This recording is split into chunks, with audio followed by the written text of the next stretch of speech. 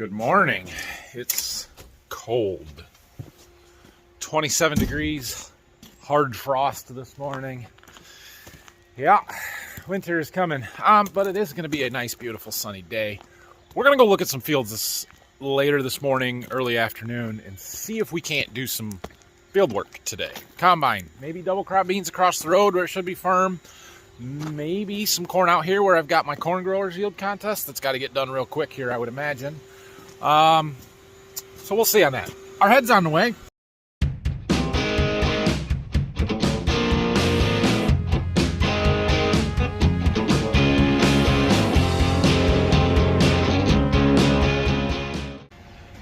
Check it out, check it out. It is here. Brand new Draper. All frosty. All right, we're gonna go look that over in just a second. I'll show you a few more things on it.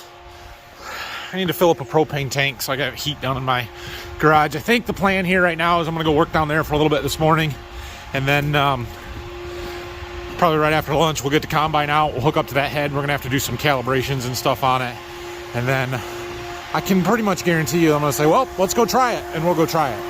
That fan's loud, but we're filling.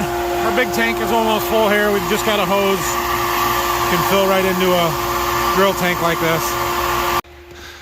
Okay, my tank is filled up. Let's check out this head a little bit closer. I looked at it the other day when it was still at the dealer, but you'll notice a few differences from our old one right off the bat. Number one, the points are much shorter. That was a new design that came out right after we bought our other head, and this will be very nice for road transport. Look how little they stick out. The old head, the points stuck clear out to here basically, so that'll be really nice. They're also going to be better for in the field because when you turn you don't push over as much, and they should work pretty well. They are pretty wide. I've heard other people complain about how wide those are because they'll knock down some beans. We'll see. I don't know. The reel is different as well. You'll notice some fingers that are pointing up in the air where on our other head they were always pointed down. This has got the flip over kit on it where the tines actually do a complete flip over the top. Should kick off any beans that are stuck to the reel or prevent it from wrapping. That's the idea there. You'll also notice that the fingers are a lot thicker, bigger, different design on those. The cutter bar looks to be identical, except for it's not. The difference in the cutter bar is the thickness of it, and you can see it right here. And without another one to compare it to, you probably can't tell, but the actual cutter bar that the knive's attached to is wider and should therefore be stronger and not as prone to breaking. I had a lot of trouble breaking cutter bars on that old head, so that's good. The belts are same design, just a little bit different. They've got this ribbed here on the front and back. The pattern on the center one is a little bit different to help throw beans in, I think. It does have a little ramp there, or cover, on the back side of that to help keep trash out, and the angle, or the center feed drum has got those angles with a little bit of auger flighting to help pull stuff in a little bit better. That is a different design than what was on the old head. Underneath, I believe everything is about the same. The center section looks a lot wider, that center plastic there. Maybe this center belt is wider. Oh yeah, definitely it's wider. Definitely. This head was designed for the X9 combines, I believe, so that's probably got a lot to do with why that's so much wider. Drives and everything else looks the same. I don't know about this little upright on these divider points. I'm a little skeptical about that, but we'll try it and see how it goes. Also, for some reason, there's a wire running in there. Can you guys see that? Why is there a wire running up there? I know why, but I'll let you guys figure it out later. Lights are a little different there. That one seems rather loose there, John Deere. So we're gonna have to tighten that up. We'll check the belts, make sure the tension on them is good. In fact, let's look. Nope, a little loose. So they did not do a great job setting this up. We're gonna have to do a little maintenance and stuff before we even go to the field, which is fine. A little different in the center here. Some of this shrouding, little rubber flaps to help protect and seal stuff up a little bit. That will be nice. We'll see how much different it does or how good of a job, but I am excited to run it. This is a big improvement over the last one. Mostly it's the reel and those divider points that I was really excited about. So one other thing, when we are using this head in wheat, we will lock it into what is known as rigid mode, where basically the cutter bar is locked up. There's some little hydraulic cylinders underneath that do that. That's the Hydroflex portion of it. And when you do that, you can get some what they call header height sensors. They're little feelers that'll run on the ground and keep the head at a constant height relative to the ground. We did not have those on our old head. This one technically doesn't have them either, because they're unavailable because they can't get the parts to put them on. We won't need it for soybeans anyway, but hopefully we'll be able to get our hands on a kit to put that on here before we do wheat in the summer. That's the plan. All right, my hand without a glove in it that's holding the phone is getting cold. So I'm gonna go down, we're gonna get our heater fired up and start hanging some more drywall in the garage this morning and work on that for a little bit. I'm gonna work on drywall for a little while here. Brock's actually coming. He's gonna come and help me with this a little bit, and then he can help me get the combine set up this afternoon. Look, I got my hole cut up there for the attic access. I used a drywall bit that's made for a roto zip, but turns out it's 1/4 inch. It fits directly into this little hand router thing here, and that worked really well, other than making me super dusty. We've got a little Dremel that I thought would be good and work too, but didn't have quite the right drywall bit that would follow the wood along the top there, and so we had that one for a roto zip. For some reason, we don't own a roto zip, but we own a router that it fit in, and yeah, worked great. So I'm gonna keep working on this. I'm not gonna film a whole bunch here because you guys saw this all yesterday and it's boring and it's not farming content. However, I did actually set my GoPro up yesterday and took some time lapse of me doing some of this and working on that light out there that I did yesterday. And then I left my GoPro here last night. So assuming that I remember to get it today and get the footage off of it, we're gonna play it right now.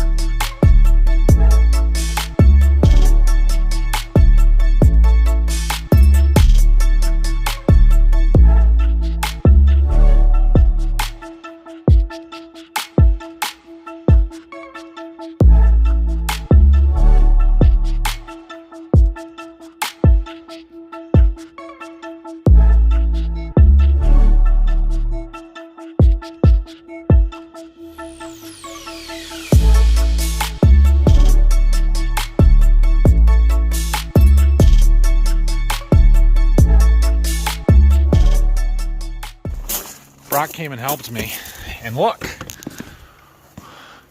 we got another 1.5 rows of drywall up, and it was the hard one where we had to work around the garage door openers. So, or not opener. Why is it shaking? Are you guys shaking? You looked like you were shaking.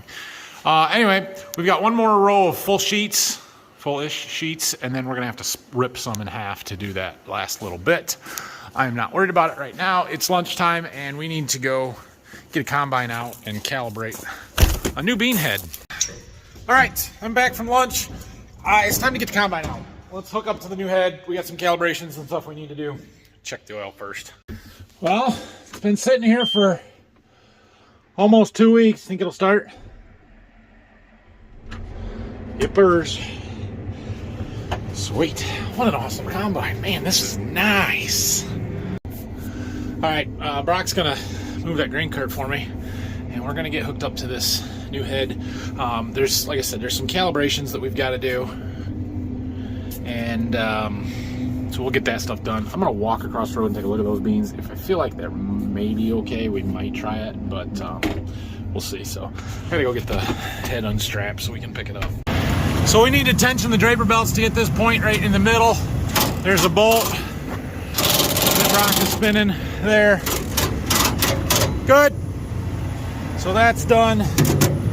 There's something else that I saw that needed adjusted. Oh yeah, rock. This is loose. 15 millimeter. There's probably some in the toolbox. Dang, it looks awesome. Awesome, awesome, awesome. That center feed belt is definitely way bigger than the old one was, wider. And the feed drum. Yep, cool. All right, so I'm gonna let him tighten that up over there. In the meantime, I'm gonna figure out what I need to do for calibrations. All right, so we're doing a header calibration. We've got the header on the ground. Press and hold the header raise switch. Calibration will proceed automatically, so we'll do that. AHC, flex mode calibrated. Next step, calibration successful. That's it. I thought there was another part to this. Yeah, tuning. Next, press and hold header lower switch. This is where it gets all bouncy. It's gonna lower it, and basically there's sensors underneath, and now it starts bouncing up and down, and it's reading the readings from those sensors so that it kind of knows how it reacts when the head moves. Calibration successful. Save. Okay, the last one that I think we need to do is the reel position. Calibrate. Field mode, running at high idle. Follow the commands. Start. What's beeping? Press and hold reel extend. That's this button. So now the reel moves out. Can you see it moving out? Yep.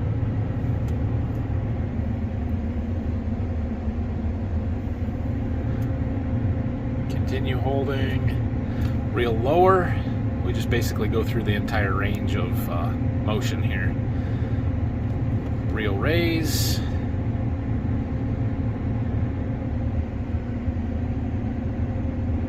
Oh, that's cool.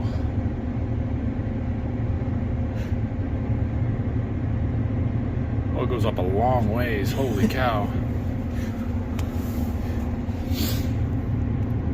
Reel retract.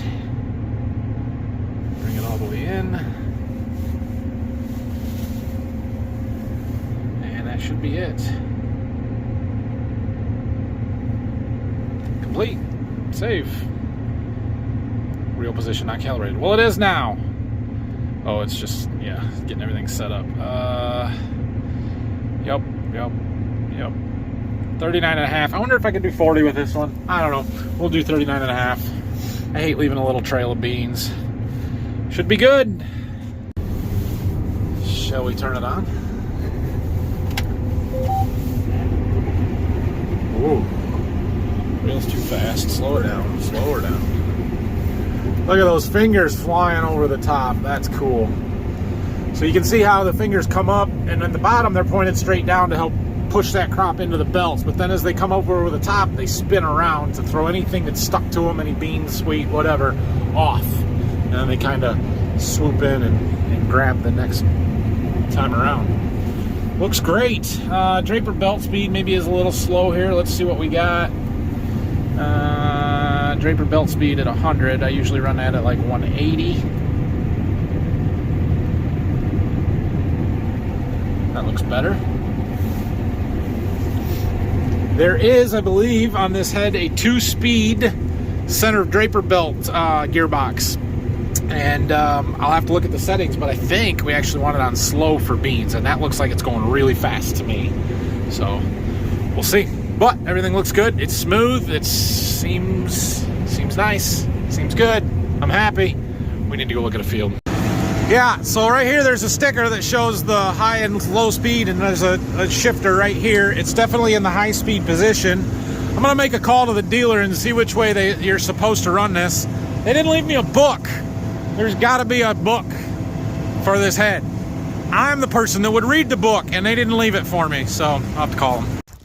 Okay, combine, new head, ready to roll. I did just walk across the field and look at the beans a little bit. The ground is pretty firm. The pods are rattling.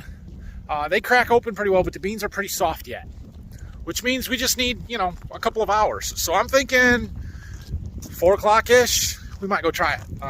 Probably gonna happen today. Oh yeah, I got one more thing we should do to that though.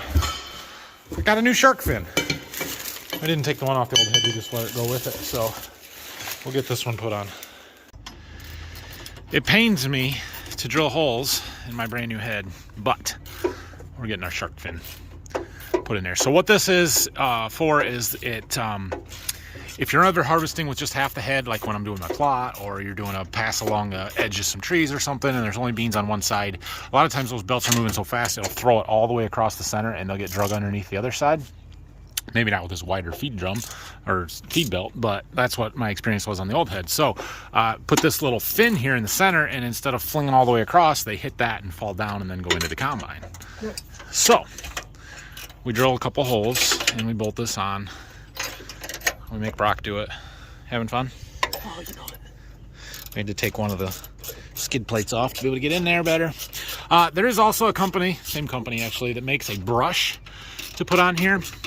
And I tried to buy one, but they're sold out. So maybe next year. But basically you bolt a brush right here and it kind of goes over the front of that belt to keep stuff from going underneath the back, the front side of it, I guess.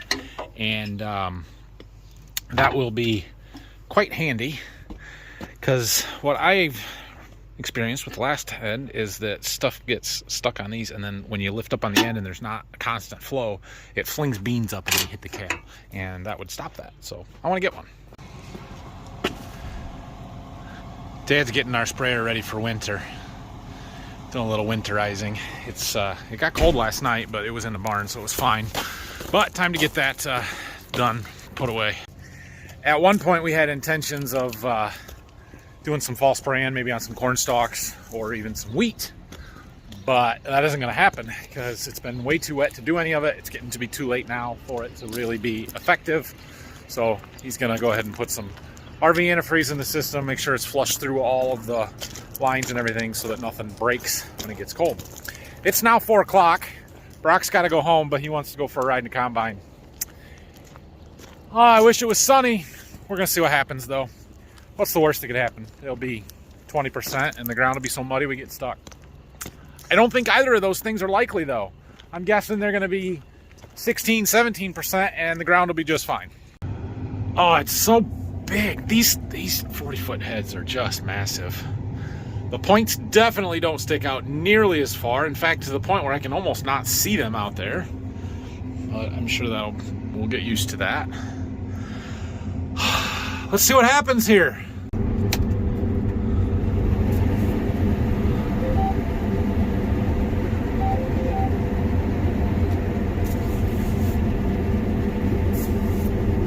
Well, it'll never be clean again. Put the reel down so that it actually does something. Way too high. There we go. Oh, we got some beans feeding in. All right, I gotta do some end rows, and then I'll show you guys more. Okay, well, I got some end rows done. We're figuring stuff out here. That reel is different. Just trying to figure that out and watching it. These short double crop beans, sometimes it's a little hard to get it to push the stuff onto the Draper belt. Definitely where an air bar would come in handy. I know all about it, trust me. Anyway, we're moving. Things are going pretty well. Occasionally this sieve shoe loss number spikes, and I don't know why, and those numbers are a little higher than I would like to see. We're not getting a very clean sample yet. I've been tweaking. I think it's better than it was. Let's see, average yield 31. I don't know if that's gonna stay there or how accurate it is, but that's a pretty good place to start from anyway. So we'll see. They are a little bit on the wet side. We're averaging about 15.7, which is not horrible, but you can see there at 17.5. We'll do it. We'll just keep going because we gotta get moving. It's been 2 weeks today since we've done any harvesting, so being back in a combine feels really good. I got a whole tank load, almost 3/4 or more. Check it out. My cameras. That's awesome.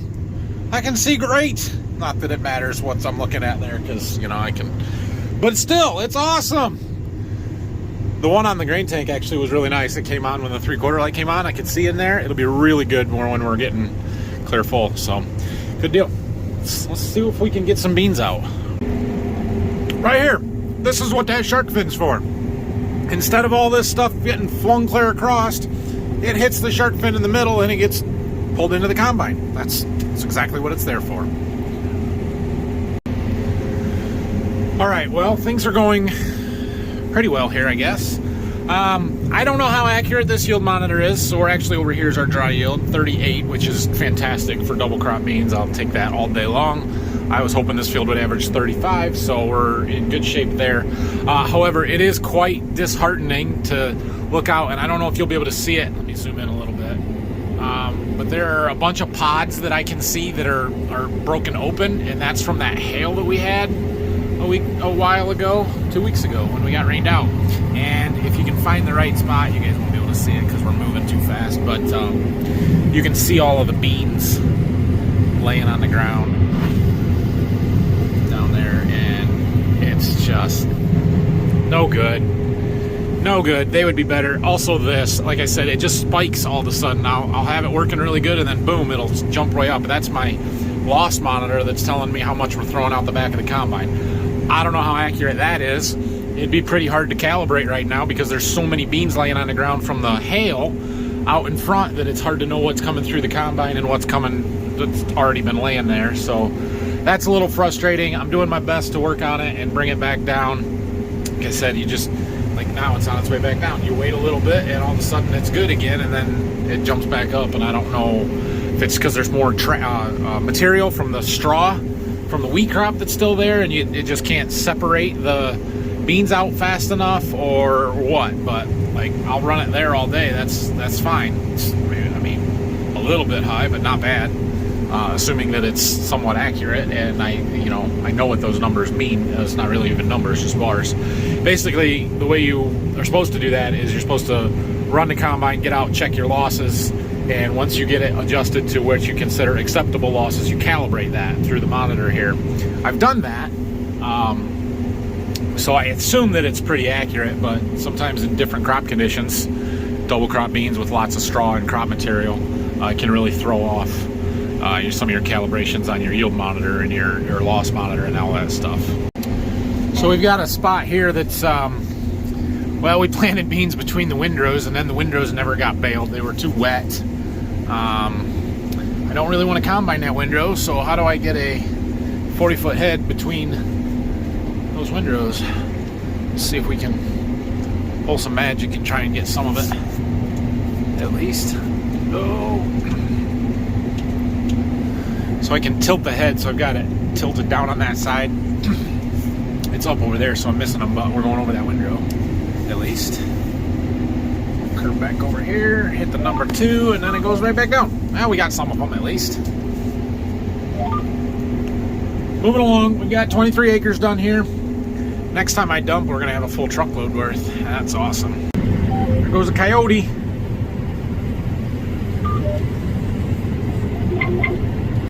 We got a grain cart full. Phil's here, he's gonna go dump it for me. We're gonna keep moving. 30 acres. So the last time we were running double crop beans, it took 40 acres to get a semi truck full. Here it only took 30. These are much better double crop beans, which is awesome. It is about that time of the night. Time to hit the lights. Oh, it works. That's the coolest thing I've ever seen. Do you see it? Do you see it? There's a light inside the divider points. Oh, that's awesome. Got up to the end of the field here, and Phil was working on the grain cart. Check it. Oh, aren't those just the coolest thing? Dang. He had a O-ring blow on a solenoid. It was leaking some oil. He caught it, so that's good. Got it fixed. It was an easy fix. Just finishing up this first field. There's the map. let's see, 51.5 acres, average 38 it says. So even if the combine's a little high and we're 35, 34, 35, those are fantastic double crop beans. We are making a killing doing that because it takes like 8-10 bushel the acre to pay for planting the double crop beans and harvesting and all the work. So yeah, that's tripling your money, which is always a good thing. So I do have more on the other side of the house over there. We're gonna keep moving because it's only 7:30 and everything's running good. So let's see if we can do that field as well. There's like, I don't know, 33 acres there, something like that. Hey, look at that over there.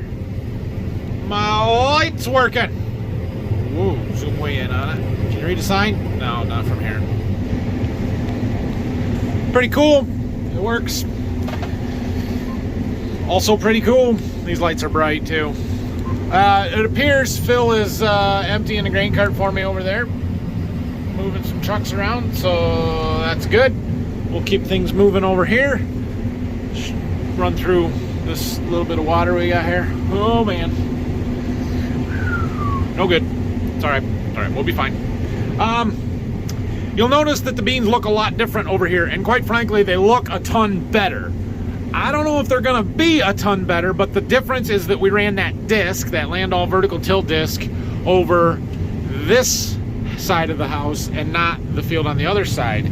And yeah, 50 bushel, that's really good, but our average is 36. Of course, we're doing end rows, so that's part of it. They look fantastic. They're combining a lot easier because we don't have all that extra material and straw and trash that's got to run through the combine, so that's a big benefit of this. We'll see when we get farther into it whether that was really a good thing or not.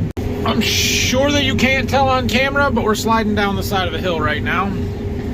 That is the problem, whoa buddy, with the disking that we did on this field. It made the top inch or two a little softer than the rest of it, so while it's firm and we aren't going to get stuck, we're sliding all over the place when we get on some hillsides, which just end rows in the back here that are the worst of it. But that was a bit of an adventure there.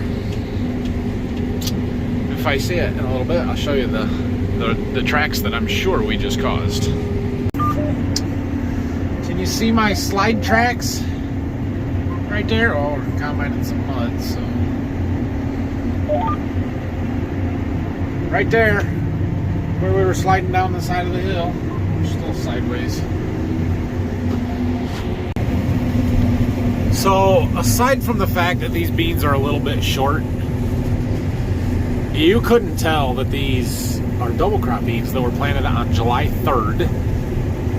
They're thick, they look good, they filled out well, and they're yielding 50 bushel. Like, I had regular beans that didn't yield 50 bushel. Now the field's not going to do 50, but this is fantastic. These are great double crop beans. That's a win. Well, we're almost to the end here. We're going to get them all combined. I'm not convinced they're all going to go on the grain cart because the cart is about full, but we're going to get them combined. And man, what a day, right? We started combining beans at 4 o'clock and we're going to end up with 90 acres done. Well, that's good.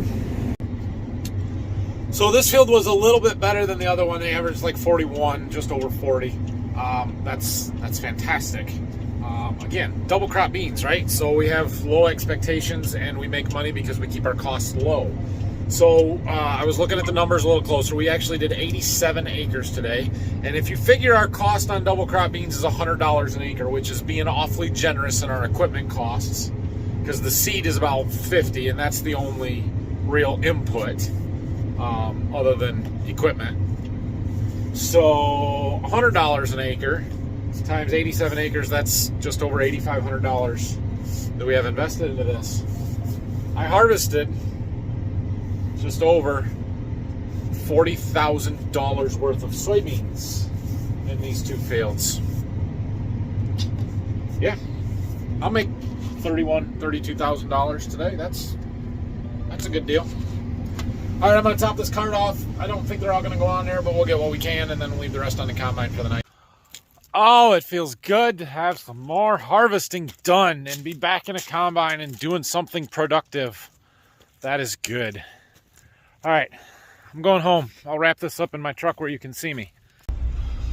Okay, so let's talk about tomorrow. What are we going to do tomorrow? Well, remember how I keep telling you that tomorrow my propane tank's coming? Well, apparently tomorrow my propane tank's coming. We'll see if they show up or not. He texted me this morning, said they had to order some bigger line because it's too far or something. I don't know. Anyway, he said they'd have it and they'd bring it tomorrow. I don't know if I believe him or not, but if that's the case, we're going to mess around with that a little bit. Hopefully they come in the morning so I can be around, but I've got to get a little bit of stone put down where I want them to put the tank anyway, so that'll be kind of first thing on the agenda tomorrow morning. I'm sure Phil's going to haul these beans into town to the elevator and sell them. We might run a load in if we get time. I might see if Dad will run to Berkey and check the ground conditions down there and see if maybe we could go to Berkey tomorrow. And if we can, we'll start moving as soon as possible so we can get going down there. If not, or if we just decide we want to wait another day, we do have another 100 acres of double crop beans here that we could probably run tomorrow. And so if nothing else, we'll do that, but we'll see. So the ones we just did were our best double crop beans. At least they looked the best. They were planted first. They should have been our best. We'll see once we get all the bushels hauled in of what they actually yielded, but I think they were between 35 and 40 bushel, and that's really good. So the one other field that we've got about 30 acres in, I think should be 30 to 35 bushel double crops. The other field is the one that we did part of already, and I think we did the good ones. The rest of the field will be lucky if they're between 15 and 20. So it is what it is. It's still worth combining them. We just they're not going to be as good. So thanks for watching today. Hope you guys enjoyed this one. This clip is too long, so have a great night. Like, subscribe, questions and comments. Thanks, everybody.